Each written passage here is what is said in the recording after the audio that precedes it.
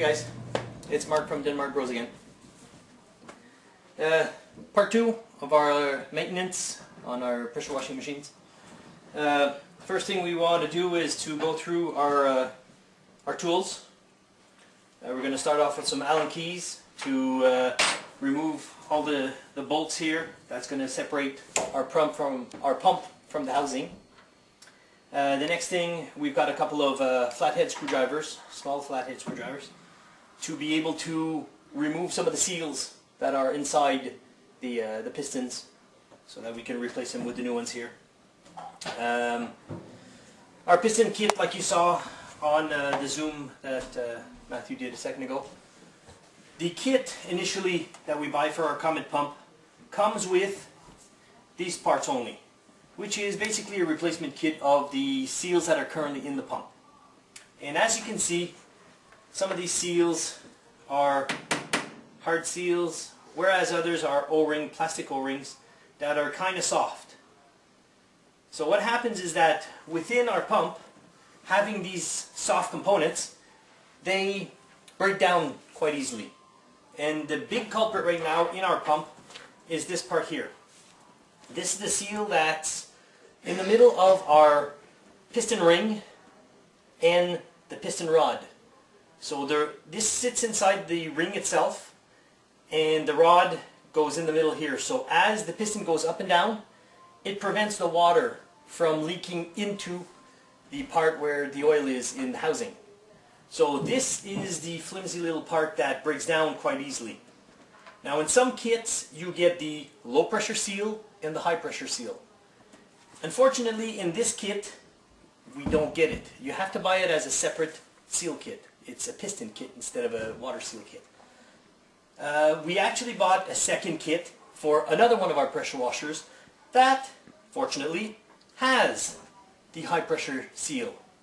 And if you'll notice with the knocking here, it is much more sturdy than this part here, which bends very easily.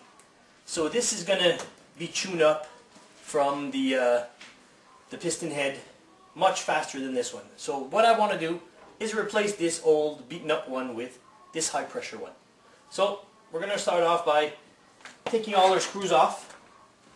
I initially loosened them a little bit because they are put on very tight and they are basically knuckle busters. When you try to take them off, you really hit yourself and knock yourself all over, and you take chunks off. So I just prepared myself a little bit and loosened these nuts so that I could easily take them off. So here we go. We're going to be taking off all 8 of these nuts and release the pump itself from the housing.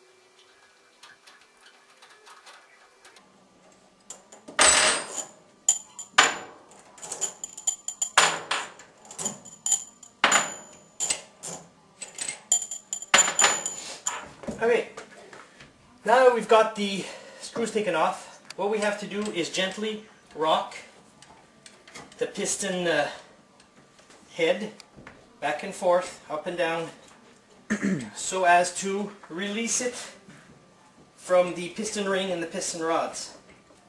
So as you can see, we're going back and forth, up and down, and here we go. The pump has just released itself, and as you can see here, I'll put them close together. 2 of the piston heads stayed on the piston rod, as one stayed in the pump itself. So you basically have to go through and take the head off here by once again wiggling back and forth.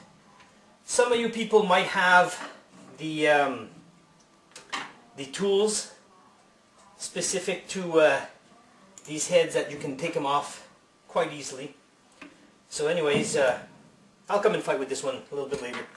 What I want you guys to see is that once you take one of the seals, one of the piston heads off, around here is one of the piston rings that you replace.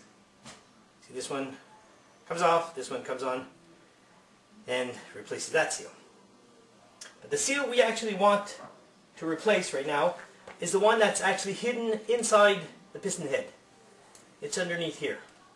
What happens is that you have to go in and really try to get behind it so that it can come out hopefully in one piece and not in 3-4 pieces. So this is where the little flathead screwdriver comes in handy, especially with these seals here that are kind of soft. I could go in right behind it, and of course since I'm on camera it's going to be a pain and not want to come out. So it's always nice. You go in the back here and pop it out. There we go. So what happens here is that the seal that's inside here starts getting all chewed up inside. And if I look at this one, this seal is actually not too bad. This one seems to be fine. So we'll replace it with one of the high pressure seals and make it much better. As you can see, this one's going to be tough to put in.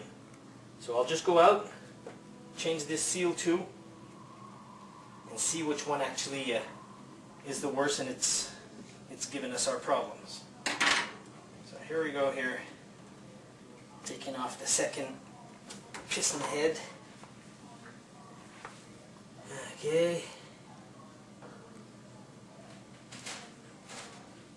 And oddly enough, this one looks like it actually does have one of the high pressure seals that was installed. I remember from the last kit that we had, we did have one high pressure seal that we had left, so we did put it in there. So it's going to save me one of my high pressure seals for another machine. Now the one that's stuck in here, if I could get this one out without fortunately making too much damage. There we go.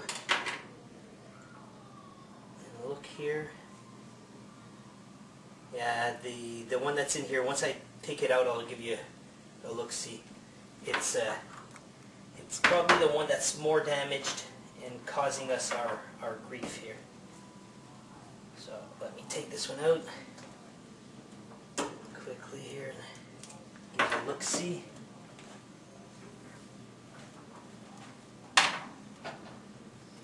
Okay, so now I'll let Matthew zoom into this seal here. If you'll notice, I don't know if you can see that, Matthew, right here.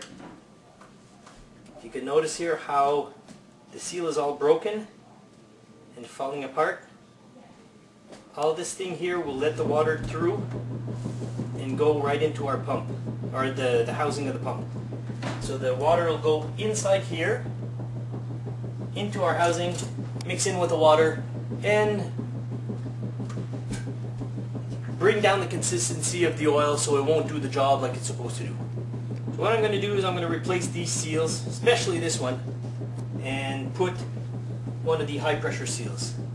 This is a tough job, so guys, be patient. These don't bend easily, so it's going to be a little bit tougher to put those in.